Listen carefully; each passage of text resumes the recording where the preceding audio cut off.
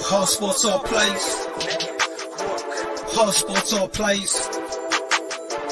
365, we making a plays. You talking the game, get you through the days. We're high in the court, the dime in the lane. Variety topics, living the same. All presentation, sports information. In the airways, taking the nation. Hard sport all plays, they working your faces. Grace up the field, so tie the laces.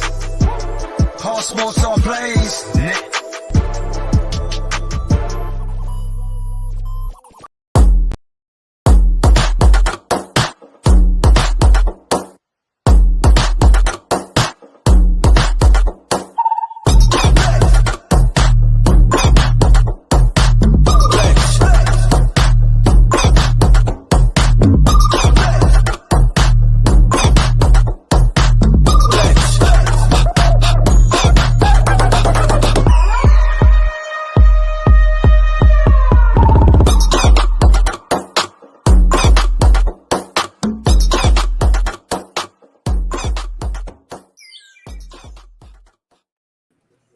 All right, what's up, everybody? Welcome to Easy Money, a sports betting show.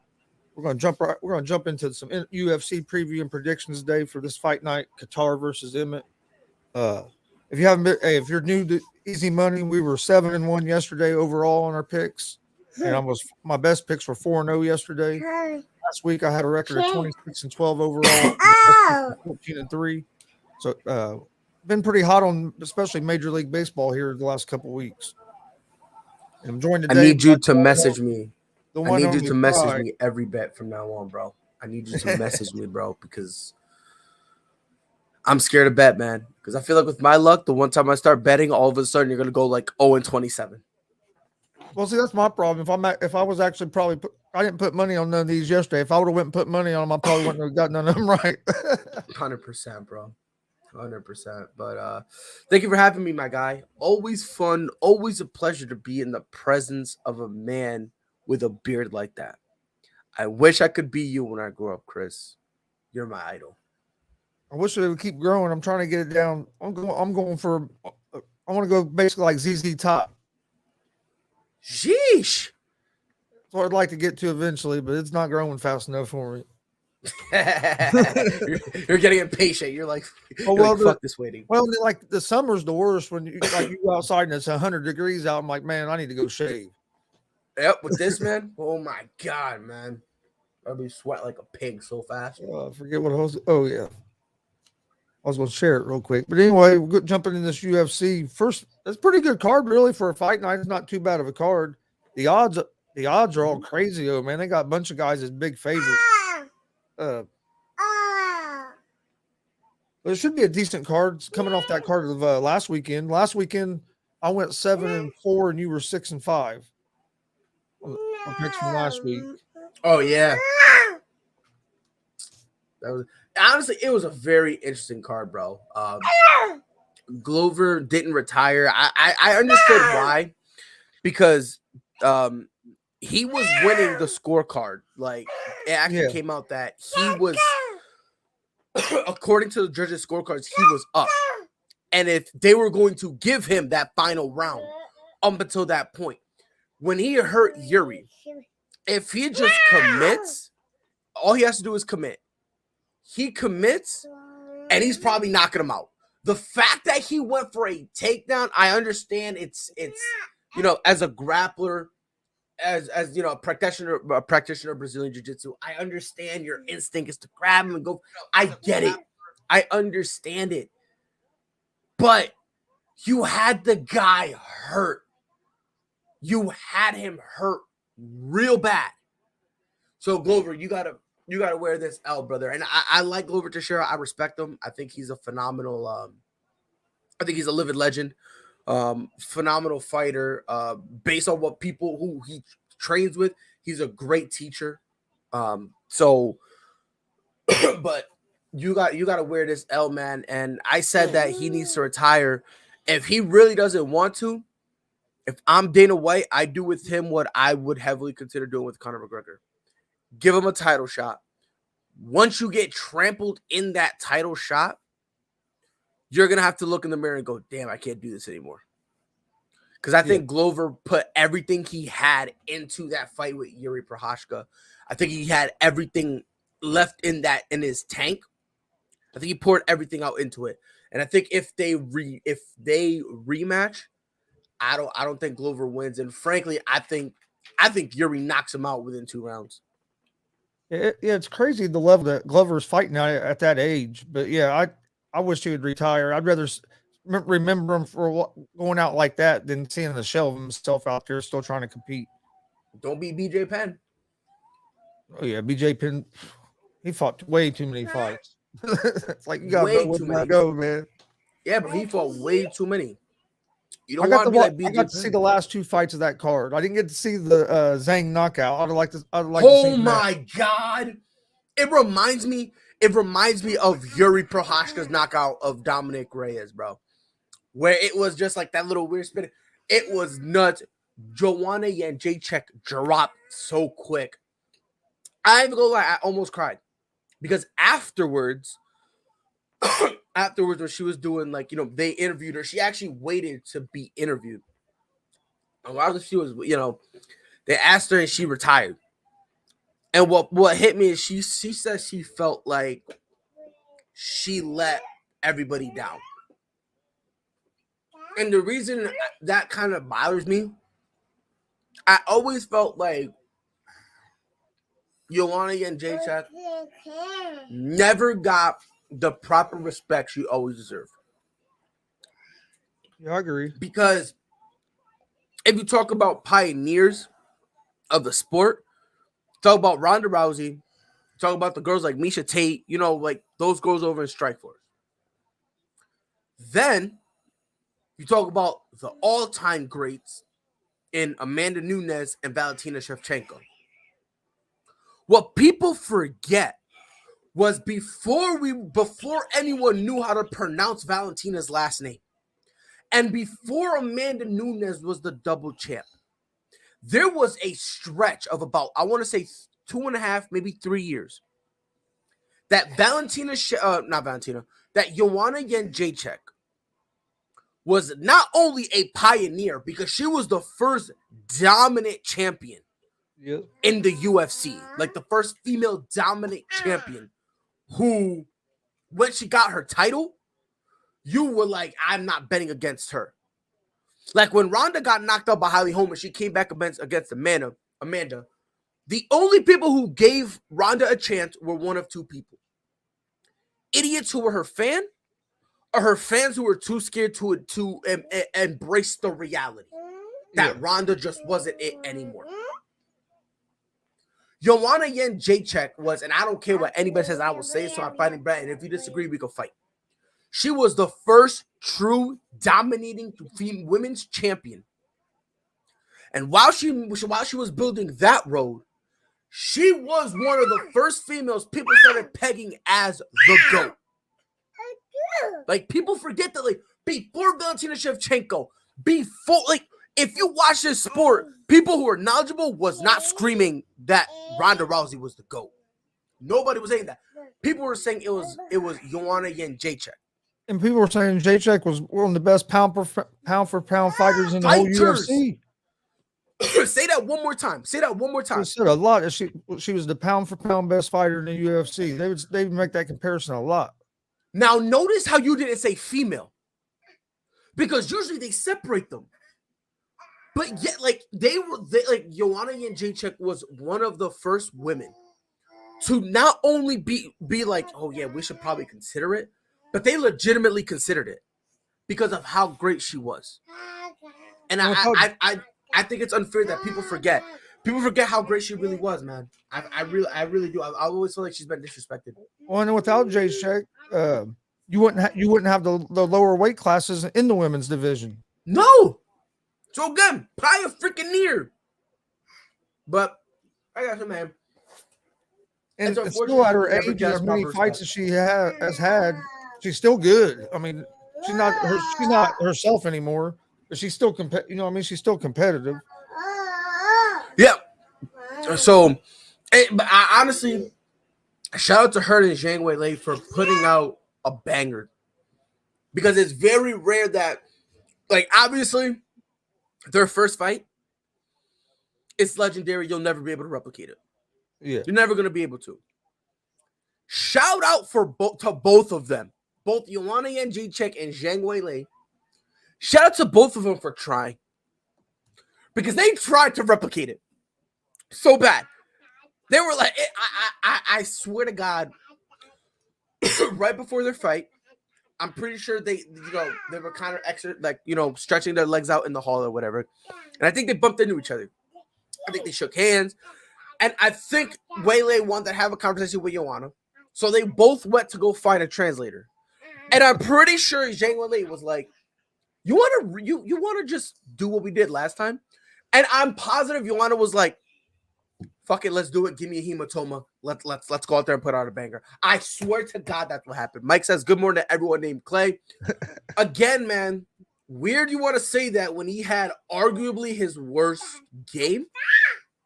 But, hey, live your life. Pop off. Live your life, But yeah, man, they tried. They really did try to put out a banger of a rematch. And again, they were. And Joanna admits it. She was like, look, that little spin back physique, I didn't see it coming. So yeah, I missed. I got to see the highlights of it. I got to see the Shevchenko and Santos fight. What'd you think of that fight? I thought it was a lot closer than what they acted like it was. I thought Santos done a pretty good job in that fight. I had Santos winning. I think she won. I don't care what anybody says. That's what me and my dad thought, that Santos won as well. I thought she won. And everybody kept saying Shevchenko was ahead in the head, and I'm thinking Santos. I don't know how she was. I'm watching, and I'm like, Santos is literally. Now, mind you, I picked Valentina to win, so this lets you know that I'm being legit about what I'm saying. I picked Santos to win. That was one of the ones I missed. Right. So, excuse me. I straight up thought Santos won. I thought on every facet of the fight, Santos on the feet and on the ground just had the advantage. She was doing whatever she wanted to do. A lot of people thought she looked nervous heading into the octagon. I didn't know where that came from. I was like, I don't know why y'all think she's nervous, but whatever. Okay. Yeah. Say whatever you want. But for me, I thought Santos won. I really do. Like, if you were to ask me, I would have given it to her. I don't know why she didn't win. I don't, because every time I ask the question, people go, "Oh yeah, Valentina won." I go, "How?" And then they stutter. But I never knew you could stutter while texting. I never knew that. That was the first time I found out you can. But I just kind of just shrugged my shoulders and said, you know what? I think this is just a situation where, Chris, I alluded to this last week when we were talking about it. Sometimes we look at a person and we build them up so highly that it's almost impossible for them to lose because of our perception of them. And I think that's what happened. Yeah, that's what happened with her because of what she done against Nunes, and because everybody held Nunes so high, and the only person that gave Nunes a decent fight was Shevchenko. So everybody put her up there, but before Juliana Pena obviously won, but before Pena, But that's just me. I think Shevchenko is going this way. I think she's on the downside of her career. Before I say that, I want to see how she looks at her next defense, because I will say I think you can make that argument. No, she didn't. But here's the problem with that, though. It could have been, you could have a bad weight cut. I mean, there could be different things. But here's the thing, man. I don't think it was a weight cut, because like this is why I want to wait, because I don't think it was Valentina looking bad. I just think Santos is that good. Yeah. I don't think that it's a bad. I don't think it's because Valentina Shevchenko looks bad or anything like that. I genuinely believe Santos is that good. I said this was gonna be a close fight. Mm-hmm. And everyone, and when I said that, I had some people reach out and go, "Yo, what do you mean a close fight?" I'm like, "Look, man, I understand how we look at Valentina Shevchenko. I understand that, I really do. But, dude, Santos, she's a problem." I picked Santos to win that fight, and I've watched Shevchenko almost all of her fights, but I thought Santos would be able to hurt her some on her feet, and she was able to get the takedown. Man, I think Santos looked awful tough. I don't know who's Shevchenko going to fight next, though. I mean, they're running out of people in that division. Which I think Santos will probably get a rematch at some point, or at least going to get a higher ranked fighter. They got to move her up after that performance. Who? Santos. They got to give her another good opponent, not try to move her back down, move her out of or. I mean, I think she should lost that performance. She should get another. In my eyes, this is just me. In my eyes, she's the flyweight champion. So I don't care what anyone says. In my opinion, she's a flyweight champion. They got to give her another big fight. They can't just give her some. If I'm her, I'm not just taking a nobody. I want a big. I'm fight. Rematching. Yeah, I'm rematching. Because, like I said, you can make a legitimate argument that Santos won. You could make that argument. Yeah. Couple that with the fact, like you said, Valentina's almost done cleaning out this division. Yeah. So it's like, what else are you going to do? Me personally, because of how razor close it was, because of all that, I'm going for a rematch. And to be honest, if I'm Valentina, I'm going for a rematch, but I'm going for a rematch for one reason and one reason only. The legitimate reason. And that is to just be like, all right, we're stalling. We're going to give it time. I want Amanda Nunes. Yeah. That's me. I think Valentina wants that fight, but I think she's being smart with it. She wants it to happen at the right time. She wants it to happen organically. She doesn't want to have to be like, oh, I'm worried about, my opponent and then also thinking about Amanda. It's almost as if when I'm thinking about Amanda, it's because we're going to fight. That's it. If we're not going to fight, I'm not going to devote any mental energy to her. So I would rematch, and then right after that rematch, I would look for her to go up against Amanda Nunes. Or hell, shoot, forget Amanda. Imagine if Juliana Pena beats Amanda in the rematch. Yeah. Imagine that. Now all of a sudden, you got a super duper star in Juliana Pena. Yep. Dana White goes, hey, remember how Amanda was double champ? How you feel about that? Have her go up and face Valentina. I mean, yep. You know what I mean? Like, I think there's some ways you can, spin this. But if this is just me, I think Valentina needs that rematch. I think her and Santos needs to run it back because, again, this is just me, man. In my opinion, man, I don't think she lost that fight. I think we should have heard the words and knew. And it's kind of funny because during the fight, I was like, Amanda lost. Valentina's about to lose. This is actually the perfect time for them to fight. And then it's almost as if the MMA gods heard me and they were like, LOL, good one, kid. And then they gave it to Valentina. See, if that could have happened, and you could have got Santos and Pena for title. Or at a catchweight or something. That would be. I would like to see that. Banger. Yes. That would be a banger. Oh my Lord. But yeah, I'm with you. I think Santos won. I'm with you. I think Santos won. I did too. Like I said, what I got to see seemed like it was a pretty good card. I got home late from the wrestling show. I just got to see the last two fights. I was hoping to get to see the Wing Lee fight because I'd like to see that knockout live. People say, oh, you can see the replay. It's not the same when you watch a highlight of it as if you watch it. If you're sitting there watching the fight, it just happens all of a sudden. Not the same when you know it's coming. Not at all. But first fight in prelims for this week, we'll jump in there. Got Kyle Dacus against Roman Dolce. Or Doldice, I think is how they pronounce it. But he's Doldice is Dolce and Gabbana underdog.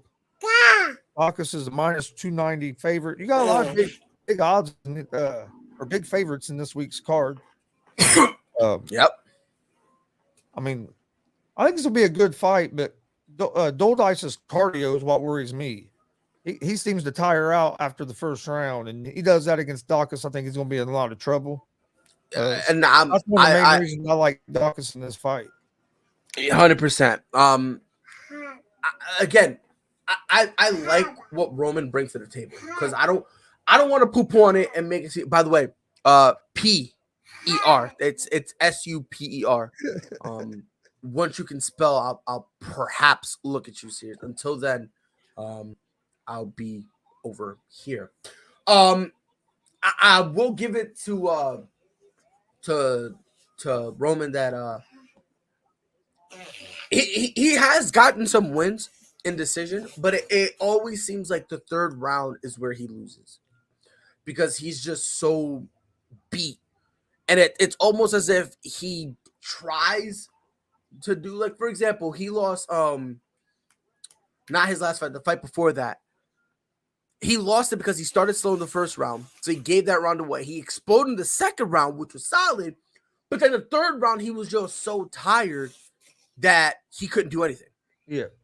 So it's this awkward thing where because of his cardio, he's not a fighter that can kind of pull with you and throw away round number one. He can't do that because his cardio isn't built like that. A lot of the wins, like we saw against Alon, he wins when he wins by decision. He explodes in the first round, and the second round he tries to explode, doesn't have as much in the tank, but he still got something. And then in the third round, he's in survival mode. I just got to do whatever I got to do to make sure I'm not knocked out or submitted. That's it. You can win the round as long as it's not a 10-8. I don't care. And that's the awkwardness you have. Excuse me, against a guy like Dawkins who doesn't care. No. He doesn't care. You know, and on top of that, right now, after coming off that win he had against what's his name? The black dude. Shoot. Oh man. I know who you're talking about, but I can't think of the name. Where is he? Hold on. Pickett. There it is. Pickett. Which I had Pickett winning. I had Pickett winning, by the way. That last second submission. Shout out to him on that one, bro. Yeah. But he wants to be ranked. But he wants to be ranked. Yeah. And I think this is gonna fuel him to basically straight up be like, yo, like, I think he's gonna come out angry. I think round one, I think they're both. I don't want to say they're both going to be swinging crazy, but I do think both of them are going to try to come out with a point to prove. Yeah. I think, in my opinion, and this is just me, but I think it ends in the first round by knockout. And I think Kyle's going to be the first one to land something. If Roman can somehow get out of the first round, I don't think that'll bode well for him. Because I think in the second round, he's going to be double tired. Because A, of the output he needs to put out to keep up. And B, people don't understand this. When you get hit, you lose energy. Oh, yeah. When you get hurt, it affects your cardio a lot. A lot. So I think a combination of those two is going to put Roman in an awkward situation where he's going to be way too tired. And if Roman wants any chance, he's going to have to try to knock out Kyle in round one.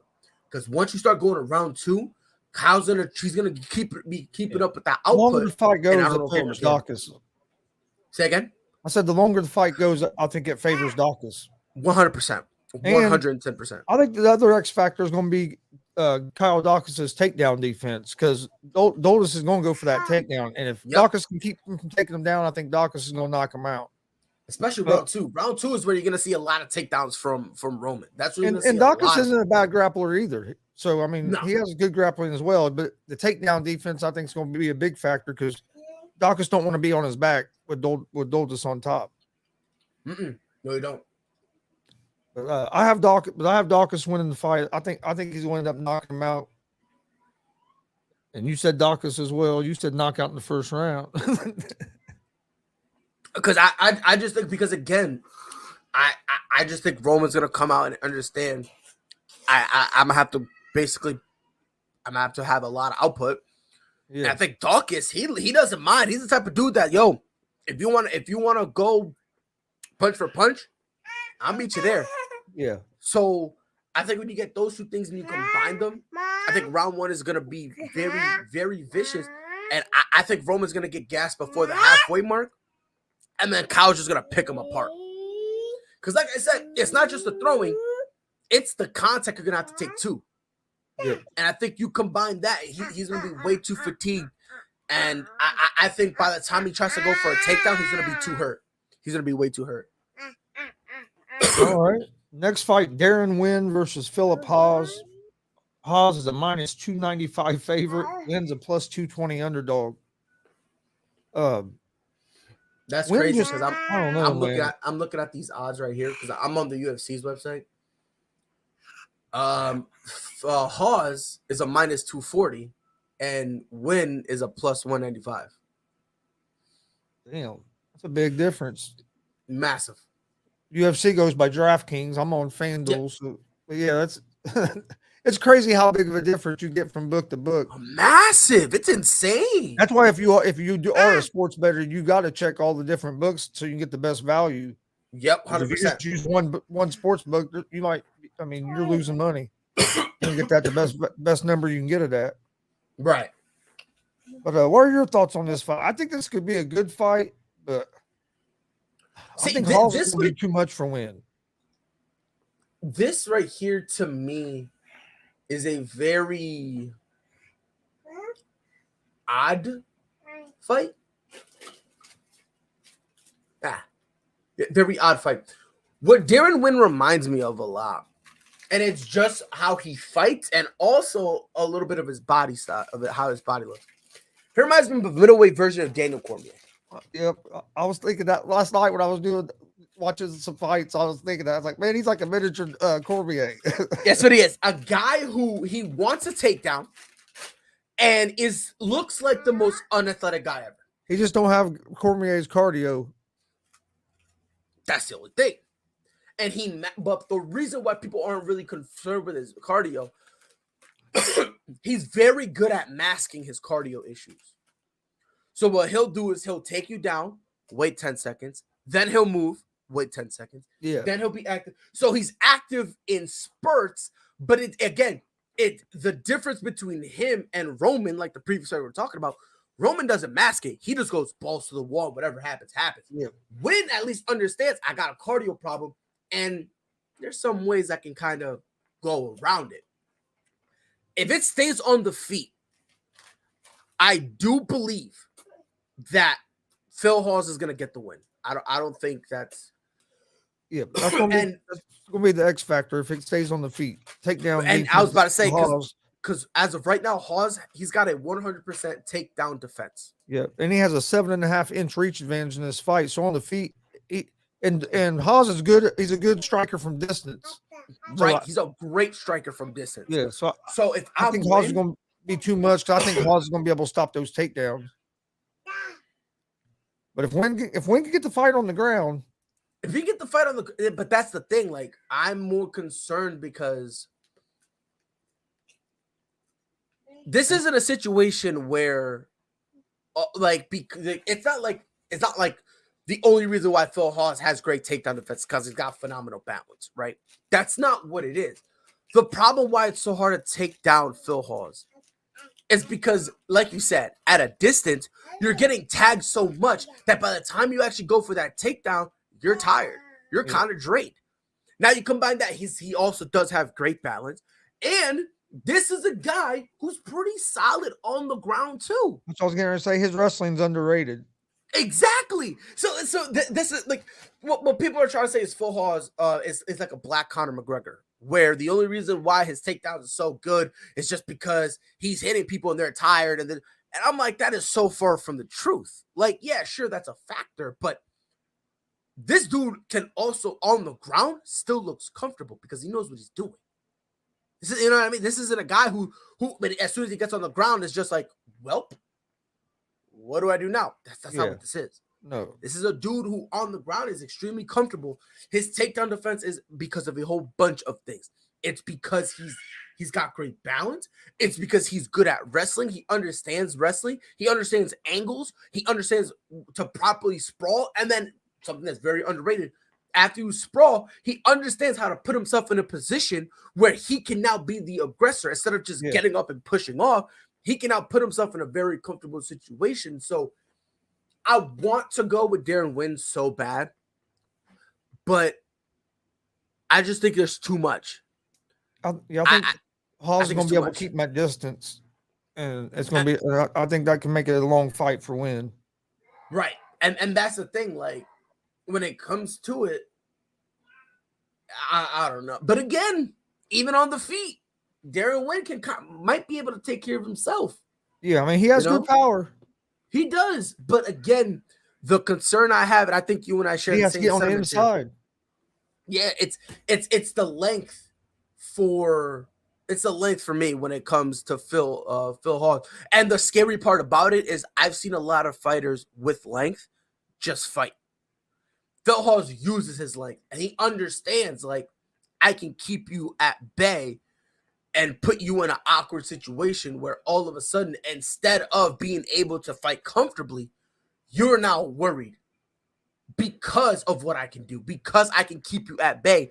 You now seem pressure. So now heading into the third, you're now like, I got to force a takedown, which again falls right into Phil Hawes's it falls right into his hand. So I want to so bad, but I have no choice. I gotta go Phil Hawes. All right, so both of us was with Hawes on that fight. Next fight, I'm gonna be honest. I didn't even realize fucking Eddie Wineland was still fighting, but you got Cody Stamen against Eddie Wineland. Stamen is a minus 590 favorite. Eddie Wineland's a plus 390. I can't believe Eddie Wineland's still fighting. Like, cause I remember watching him way back in the WEC days. Mm-hmm. But way. But I'll tell you what, I think this could be a real good fight. Stamen's takedown defense kind of worries me a little bit. But Wineland, his cardio and his chin are a little bit questionable to me. So I favor Stamen in the fight because I think Stamen's grappling. I think he'll be able to get the takedown, and if he gets Wineland on his back, I think Wineland could be in some trouble. But you can't count Wineland out with his boxing because he has some great boxing.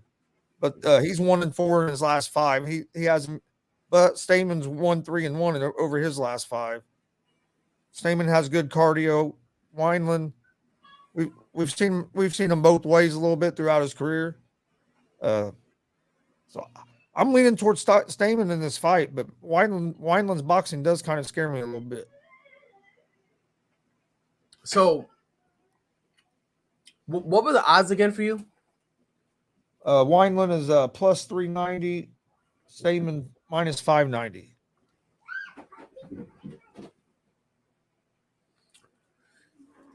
I'm going to go Stamen.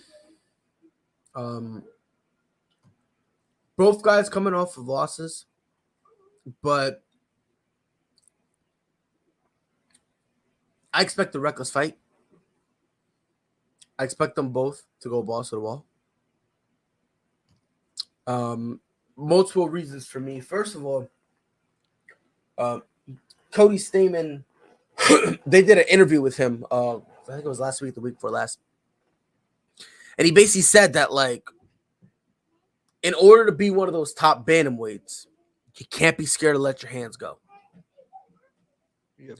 So I think going into this fight, he's going to have that mentality in his head, and he's going to let his hands go.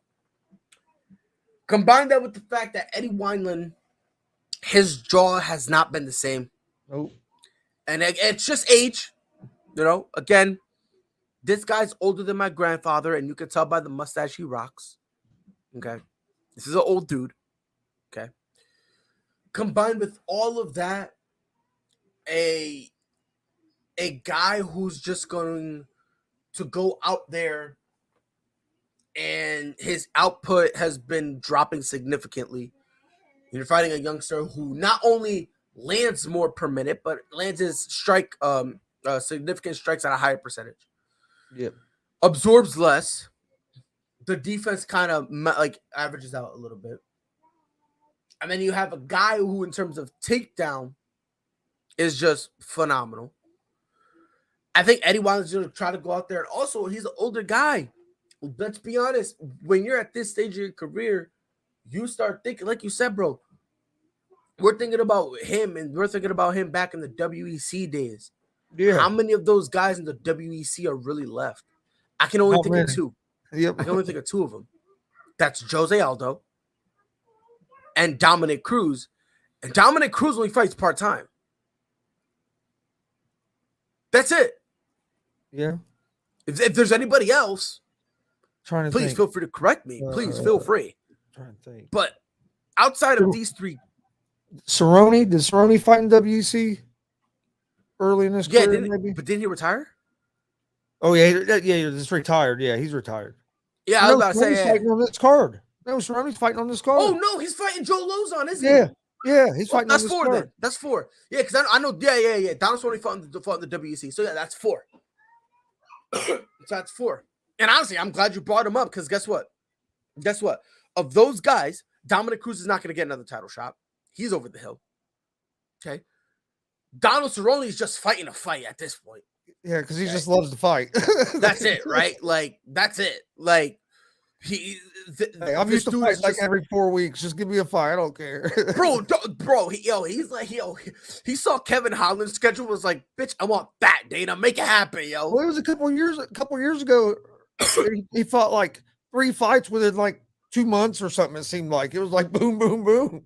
Yep, he was there, and it was just him stepping up. Like they would ask him. I remember one of those fights. I think it was the first fight. He had a black eye, and he went to the second fight. His black eye still hasn't healed. Yeah, didn't heal. So like they were like it was getting targeted. And he went to that third, like the last fight he did. Basically, the entire time he had a black eye, and it was shut. This guy, Donald Cerrone, tried to take another fight, and Dana was like, "Hold on, let me see that eye real quick, brother." And they did it. they evaluated him. This is how much of a savage Donald Cerrone is. While they were testing him, they were doing the old thing where, you know, your eyes closed. So they cover this side and they kind of do like the numbers thing. He brought like, you know, some people with him. Somebody had their hand on his back. Yep. Saw the numbers and tapped his back. You heard this story. Yep. He tapped his back on how many fingers they were holding up. I can't remember if it was Dana or the doctor, but somebody peeped there and they were like, yeah, we're going to have him by himself. They put him by himself and he failed miserably.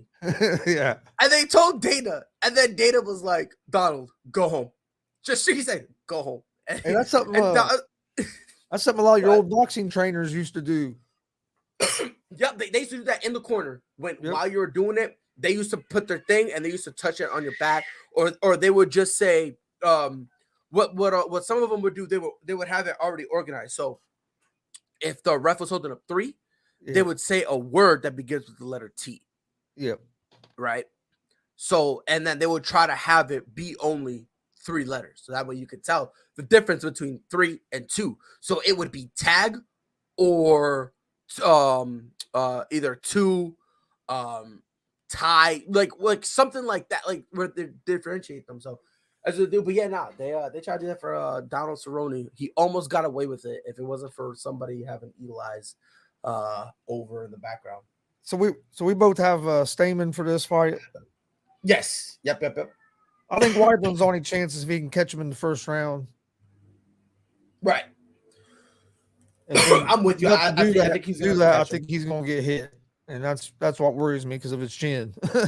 He's going to get hit hard, bro. He really is. That's and it's scary. It really is scary, but unfortunately, this game doesn't care about you.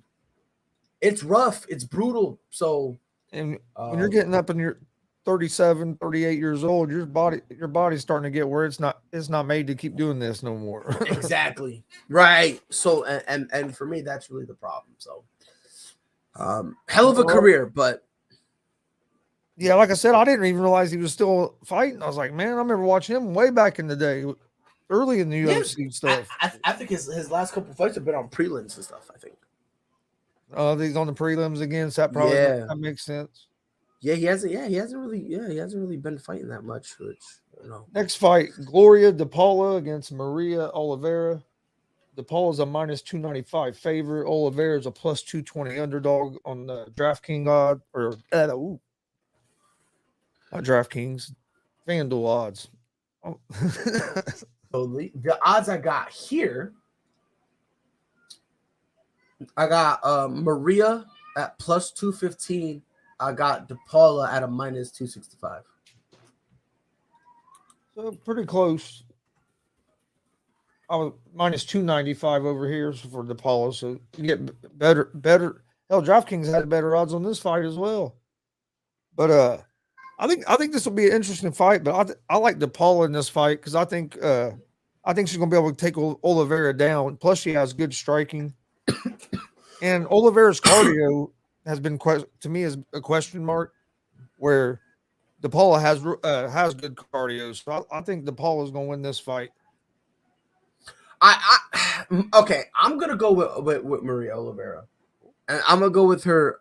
My thing is, she's got sneaky strength. Yeah, she really does. Like if you were to look at her, you would think, oh no, she's got she's got sneaky strength. Like you get tagged by her a couple times, and you're gonna feel it. And for me, it's gonna come down to can she stop the panic takedowns, not the takedown, just the panic ones. Because what DePaula does, and she does a great job with this. Her grappling is suspect, but where she thrives is when she's hurt. When she's hurt, she understands how to grapple you in a way to buy her time. She's good at that. Oliveira needs to do what she can to, if you rock her, great. Do not let her grab you and drag you down. Because once you start doing that, you're going to start getting frustrated. Then they're going to open herself up. Because how DePaula likes to fight, she loves the frustration in the game. She likes to frustrate you and get you flustered. So that way you then open yourself up to you getting hit. Now, the concern I have, one of the big concerns I have with Oliveira, she gets hit a lot. She absorbs a lot of strikes. Now, for someone like Gloria, she's going to like that. Because all she needs is that one that one little takedown that makes Oliveira panic, that makes her get uncomfortable, opens herself up. Then Gloria's gonna have a field day and start piecing her up. I'm gonna say that Oliveira is not gonna panic. This is me reaching now. Okay. I think Maria does not panic. I think she steadies it, and I think she ends up getting the win. All right, so we're opposite on. That's the first one we're opposite on. I think, like I said, I think it'll be a good fight. But I just think DePaula is going to get her like you said with those strikes, and Oliveira's cardio kind of worries me a little bit. But the next fight is Danny Chavez against Ricardo Ramos. Ramos is a big favorite at minus 330. Chavez at plus 240. Chavez is the older fighter at 35 years old. He's 11-4-1. Ramos is 15-4, 6-3 in the UFC. I think this is going to be a good fight, but I think I'm actually calling for the upset here. I think Chavez is going to get the win over Ramos. So, by the way, for the DraftKings betting on the UFC site, there is no odds for this fight. So, wonder if. Well, weigh-ins would be what today sometimes, so maybe something happened. Maybe. The FanDuel hasn't changed anything yet. But yeah, but for me, because you want to go Danny Chavez.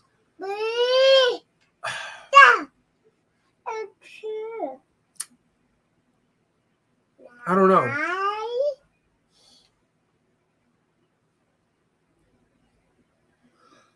I'll go Chavez. I'll go Chavez only because I think this fight's gonna go the distance. And going the distance, I don't. No disrespect to Ricardo, but going the distance, I don't think that's gonna bode him well. Yeah, I think You know what I the mean? longer the fight goes, favors Chavez. Chavez, right? And like I said, I don't see. Um, that's just me, man. I don't see him because in his last 3, he got knocked out. Yep. Right? He got knocked out by Murphy. Beat Algio, great, and then lost a decision to Takungov. Yep. So I don't know, man. I also do like Chavez. Like I said, the longer the fight goes, I do like it voting his way. So I don't think this is gonna be a knockout or submission like that. I think it's going the distance. So I got Danny Chavez doing it. Both of us going with the big underdog there. Then you have Court McGee against Jeremiah Wells. Court McGee's a slight favorite at -125, and Wells is at -102, according to FanDuel. So that's pretty close to a pick 'em. Yeah. Over here on DraftKings, 110 plus 110 for Court McGee, -130 for Jeremiah Wells. So I was gonna say McGee opened as an underdog on FanDuel, but now he's a favorite. Now he's a slight favorite on FanDuel. He's still an underdog on DraftKings. Yep. He's that's another one. That's another one. If you like McGee, check out DraftKings because that's another one to get better odds. Exactly. Yeah, and at the same time, and again, you know, it's also close too. And so I would love to get McGee at plus money because that's who I think is going to win this fight. If you can get him at plus money, that's good value. Oh, great value, great value. For me, and this is just me, you don't have a chin like that and not knock somebody the fuck out. That's just my opinion on this fight is not based on any facts. This is with a beard with how Court McGee has. You need to go and knock this guy out. He lands more, he throws more, and he can take a hit. Court McGee can take a hit, no problem. And he again, people want to see Jeremiah Wells. He can stop the takedown. Okay, fine, cool. Who cares? Because Court McGee doesn't go for takedowns. So it's like the one strength, like one of the biggest strengths Jeremiah Wells has that he can stop takedowns won't matter at all. Why? Because Court McGee doesn't go for takedowns. No, that's not his game. You know, he's a boxer. Right. He's a stand-up banger. So for me, that's really what it comes down to. And for him being a boxer, Jeremiah Wells isn't really that good with takedowns either. So again, him trying to take down Court McGee, that's not really going to bode well for him either. So I just think I think the cardio favors McGee as well. Yeah, 100%. So I just think in all the important factors for this particular fight, I think 90% of the edges go to Court McGee. I think the only edge I personally give Jeremiah Wells, I give him 2. The fact that he lands more significant strikes, not overall strikes, but just significant strikes. He does land at a better connect percentage, and he's kind of mobile, so he doesn't really get tagged as often as other fighters do. So I give him those 2 things. But again, when you have a guy throwing a large amount of output, you're eventually gonna get tagged. Court McGee has that one tap power where he'll accidentally bump into you, and next thing you know, you wake up in the hospital. So I got Court McGee here, knockout round 2. All right, so we both have McGee in that one. Next fight, Jasmine Juzistovich, some of these names, and Natalia Silva. The Juzistovich is -265.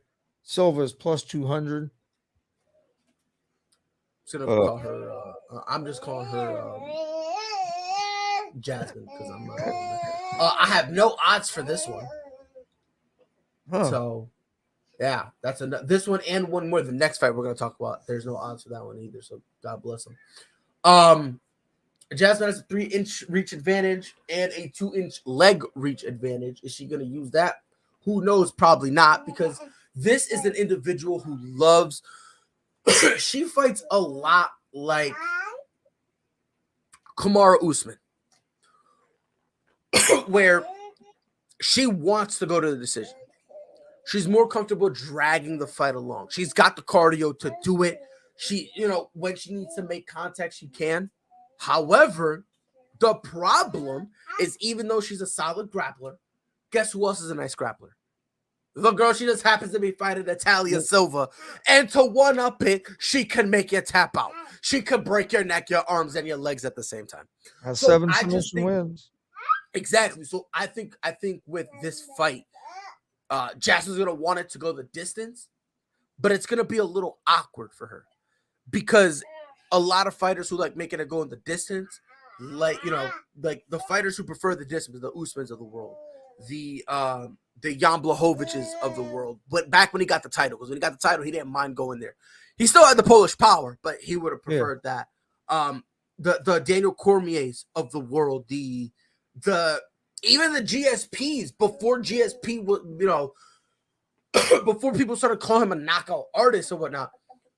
The reason why they don't mind it going the distance is because they know they can keep up with you on the feet and on takedowns. In this fight, half of that is basically going to be at the minimum a stalemate because, again, Natalia can make you tap.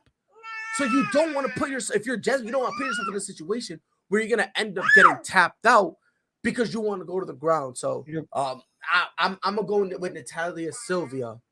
Natalia Silva submission. I'll go round 3. So I'm going with Silva too. Only thing that worries me about Silva is that she hasn't fought in 2 years and 4 months. So that's the only thing that worries me about. That's one thing that does worry me about Silva.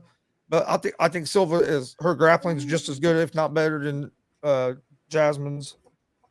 And like I said, on submission, she can submit you from any position. And so I look forward to probably be a submission as well. But I'm gonna go with Silva. Just that she hasn't fought in a while is the only thing that kind of worries me. Right. Yeah. I mean, I like to see a fight not take 2 years off. Right. Then you have a feature fight on the prelims: Adrian Yanez against Tony Kelly. Am I the only one who doesn't care about this? I don't think this is going to be a real great fight either. I just wanted to make sure I wasn't bugging. Yanez is minus 330. Kelly's plus 240. I'm kind of surprised this was like the featured prelim. I think the one fight. Look, I think Chavez and Ramos would have been better, or man, you can pick about any of them. But anyway, right. I know everybody favors Yanez because he's younger, but man, I think Kelly is going to be right there. But what worries me about Kelly is his striking defense isn't very good, and that's a bad thing against a boxer like Yanez. So even though I think Kelly can make it a good fight, I'm gonna go with Yanez because he has good boxing, and Kelly's striking defense is just not very good. Yeah. For me, I agree. You had Yanez, right? Yeah. Yeah. Okay. I wanted to make sure because I'm gonna go Yanez. And the reason why I'm going with him is, in my opinion, there's a lot of pressure. If Yanez doesn't win this fight, we're gonna be looking at him a little weird. Yes. Because we're not gonna know what to really do with him anymore. So for granted, I know it's unfair to say that because I think he's on a 8-fight win streak. I believe it's on a 8. Yeah. But a lot of the guys that he's fought has been yeah, not the highest level of competition.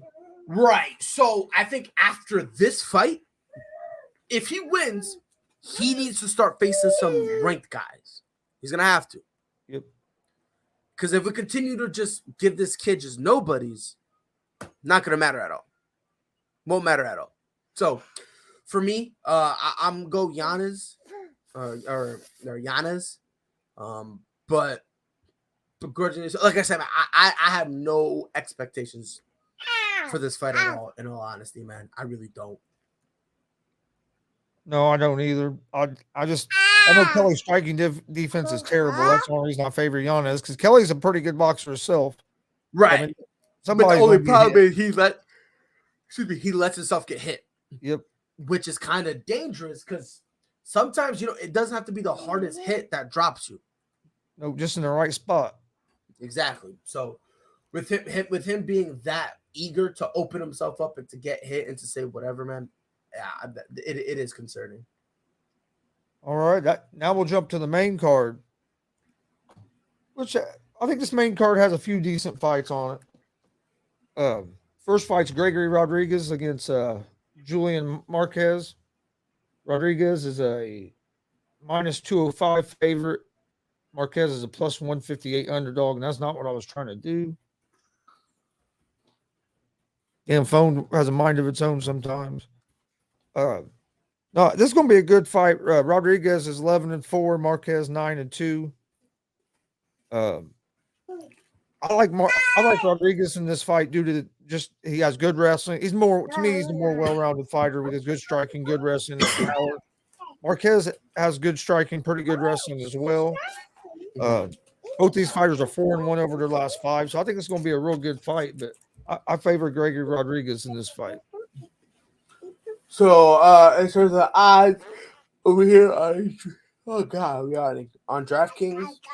Gregory Rodriguez is a minus 195 favorite. Marquez is a plus 165 underdog. So you get better again. You get better odds on DraftKings on this one too. So yeah, I tell people this all the time. Always look at 2 and go back and forth because that will always Yeah, when I do that, every once in a while I put like a little parlay in, and I do that. I search to see where I can get the best odds at. Oh, definitely. But right here, for me, it really comes down to one thing for me. Is Rodriguez going to properly utilize his reach? He's got a 3-inch reach advantage with his hands, and he's got a 2-inch reach advantage with his legs. Is he going to use it? If he does, which I think he will, I see him winning the fight. If he doesn't, and he just tries to go into this stupid brawl for all type of situation, it will not favor him because he takes too much damage. He takes way too much damage for a guy to be brawling like that. So I'm gonna go with Rodriguez only because I do think he's gonna use his advantage to his ability. But if Marquez can get in the pocket, it's gonna be rough for Rodriguez. But I'm gonna go Rodriguez for this one. Both of us have Rodriguez. Next one is Damir Ismagulov against Kutadazi. Some of these names. Ismagulov is a minus 178 favorite, and Kutadazi is a plus 138 underdog. Ismagulov is 23-1. He's a good striker. He's a good, well-rounded fighter. Has 12 knockouts to his credit. Only question with him is a little bit can be his cardio toward the end of the fight sometimes. Yep. He's 5-0 over his last 5. But Kutadazi is 12-2. He has good power. Doesn't have much grappling, but he's a good striker. He has 7 knockouts, so he's 5-0. So both of these fighters are coming in hot. But I like Ismagulov in this fight because I think he can, if he needs to, he can get it down to the ground and have the advantage there. I 100% agree because we're looking at a situation where both of them can punch, both of them can connect, and both of them have power. And in my opinion, I don't care who you think is better. The difference is not immense. It's not a drastic difference where you could be like, oh yeah, look, Ismagulov, he can, he's nice. Look around, bro. The difference isn't like that. So now I start looking at, all right, now let's say it's just tied up on the hands. What if somebody wants to work a takedown? How would they fare? And everything just favors Ismagulov. It just favors him immensely. So I'm going to go with him. He's more well-rounded. I'm not even going to go through the whole thing with experience or anything like that. I'm just looking at a guy who right now, well-rounded. Excuse me. Obviously, he's putting it together because, like you said, 5-0 in his last 5. So I'm with him. I think you and I both agree. Because of his well-roundedness, I think Ismagulov is probably going to walk away with the win. Yeah, I think Ismagulov has more ways to win the fight than what Kutadazi does. Yes, 100%. And then next fight is Albert Durarev against Joaquin Buckley. Durarev is a minus 260 favorite. Buckley's a plus 196 underdog. Durarev is 15-3. He has 9 submissions to his credit, so he's going to be trying to get this fight to the ground. Yep. His striking is not terrible, but it's not great either. Yeah, his striking is just there to set up the submission. Yep. And then with Buckley, he throws high volume and has good power, but his takedown defense is questionable and his cardio is questionable. And you don't want to go into a fight against Durarev with not having good takedown defense. That's why I favor Durarev in this fight because, again, yes, Buckley is the striker, but I think Durarev is going to be able to get him to the ground and kind of negate that. So I like Durarev to win this fight. So according to DraftKings, Durarev is a minus 200 favorite. Buckley is a plus 170 underdog. So I heard everything you said. However, I'm gonna go with Buckley, and I'm gonna go with Buckley for one reason and one reason only. I think his power is gonna be enough to worry Durarev to the point where he's gonna be in essence showing I want the takedown. And I think every time he does that, he's just gonna I think Buckley's just gonna leg kick the shit out of him. As soon as he tries. Hey, Buckley's not a bad fighter at all by any means. So I mean, yeah. But I do get what you're saying. You know what I mean? Like again, he struggles with takedowns. Durarev is gonna look for the takedown. You know, so I do get it, but I do think Buckley can do some things to kind of protect himself from the takedown even happening. Especially if Buckley could hurt him early. If Buckley could hurt him early, that changes a lot of it. 100%. And for me, this is just how I look at it. Durarev is going to shoot for takedowns, and I think Buckley's just going to be like, nope, we're not going for this. I think we're going to see honest, and I also do believe because Buckley has been showing videos of him working on his wrestling, and he has been working on his takedowns or his takedown defense. So I do think in this instant, I think that's the X factor. There is his takedown defense. 100%, because because I will say this, this is going to give me vibes of Stipe Miocic versus Francis Ngannou, the second one, when they were at the Apex, and it was where Stipe went for that first takedown, couldn't get it, got stuffed, and then was like, shit, I gotta bang with you. And then he ends up getting knocked out. I think this is going to give us vibes of that. Durarev is going to go for a takedown. I think it's going to get stopped. And he's going to go, fuck, I got to stand and bang with you. Shit. And then Buckley's going to knock him out. So yeah, I mean, I can see that happening as well. I think it's going to be a good one. I think Durev's going to be able to take him down, but hey, never know. And like you said, that the takedown defense, that's going to be not only the biggest X factor, but it's also going to show us if Buckley's bullshitting us. Because like I said, he's been showing that he's been working on it. Have you really been, or are you just doing that for social media? We will find out. Then we have Kevin Holland against Tim Means. Holland's a big favorite at minus 340. Means is plus 250. Holland's 29 years old. Means is 38. Means has been fighting for a long time. So over here on DraftKings, Tim Means is a plus 180 underdog, and Holland is a minus 220 favorite. Oh, so it's a lot closer.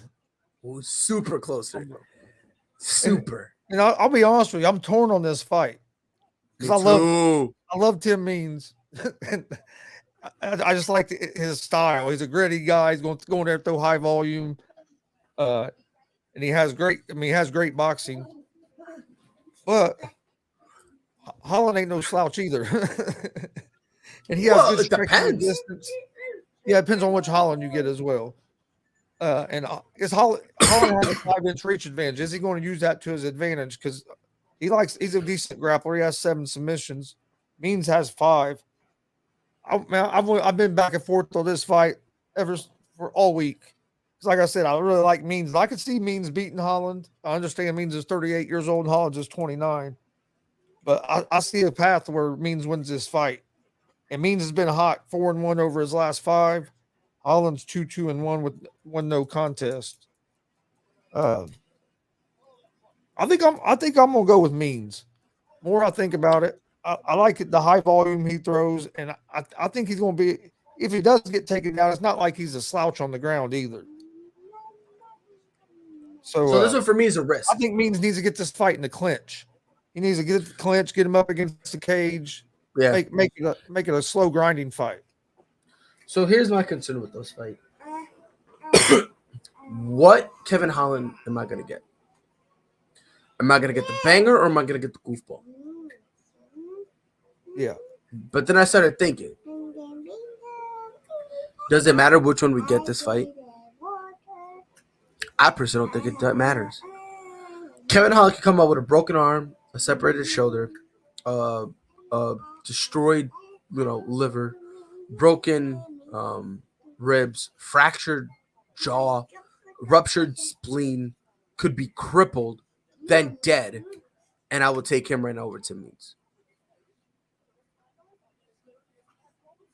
Damn. I'm not even trying to disrespect Tim Means, but no way. Oh no, I mean I like Tim Means, but like I said, I've always been a fan of his style of fighting. So for me, for Kevin Holland, this is the fight he needs to win. If he loses this fight, if he loses this fight, forget the UFC is probably gonna cut him. They're cut him or they're gonna let his contract run out and he's gonna got to go to Bellator or one championship or something like that if he wants to continue to fight. And honestly, I don't even think any of those guys will touch him. Maybe Bellator. I think Bellator will touch him. I think Bellator will. But you took Holland? I'm taking Holland. He cannot lose this fight. He cannot lose this fight. If he loses this fight, dude, no. Clinch, pinch, dinch, finch, doesn't matter, bro. If Kevin Holland loses, you can make a legitimate argument his career's on the line right here. You can make a legitimate argument his career's on the line. I didn't probably got this man on his deathbed. Bro, he needs to win. And listen, and I think this is a thing where my feelings are getting in the way. Because I love me some Kevin Holland. I really do, a little too much. And I can't justify my love for him. I can't justify it. Really can't. So I do like Kevin Holland needs to win this. That's all I'm gonna say. He needs to win this. And then in the co-main event, this is one of the fights on the card I really was interested in seeing.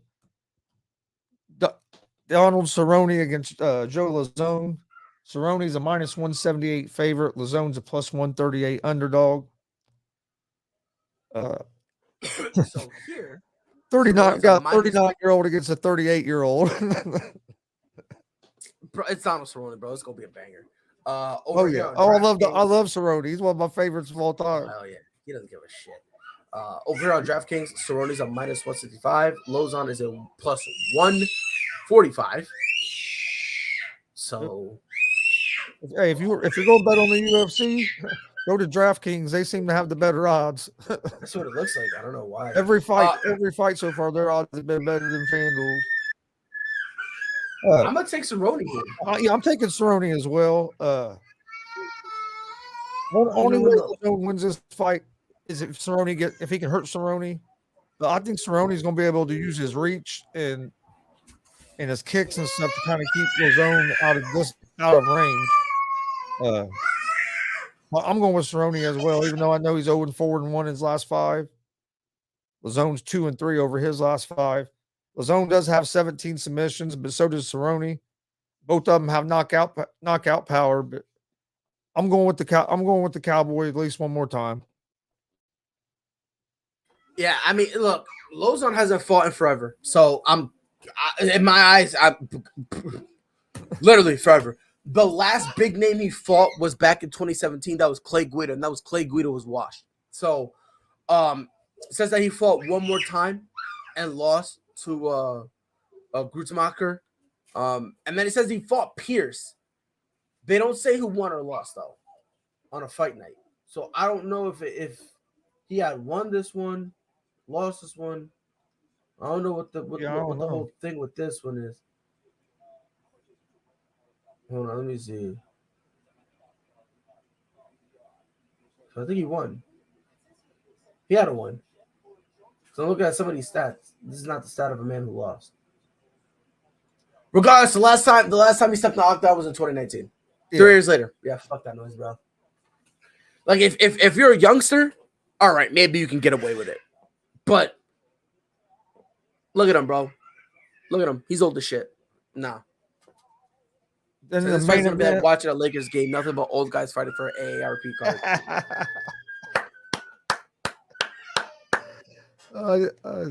I have to put that one up there so everybody can see it.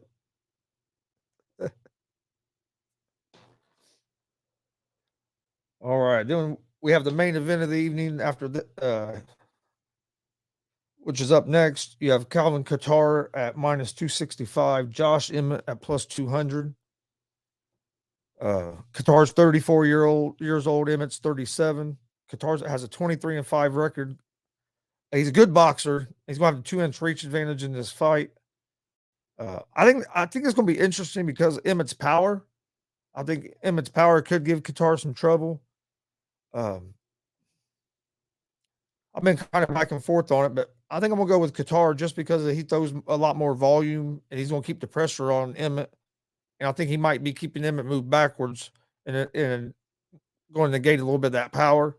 But you can't count him out because, like I said, he has some good power in his hands. I'm never ever.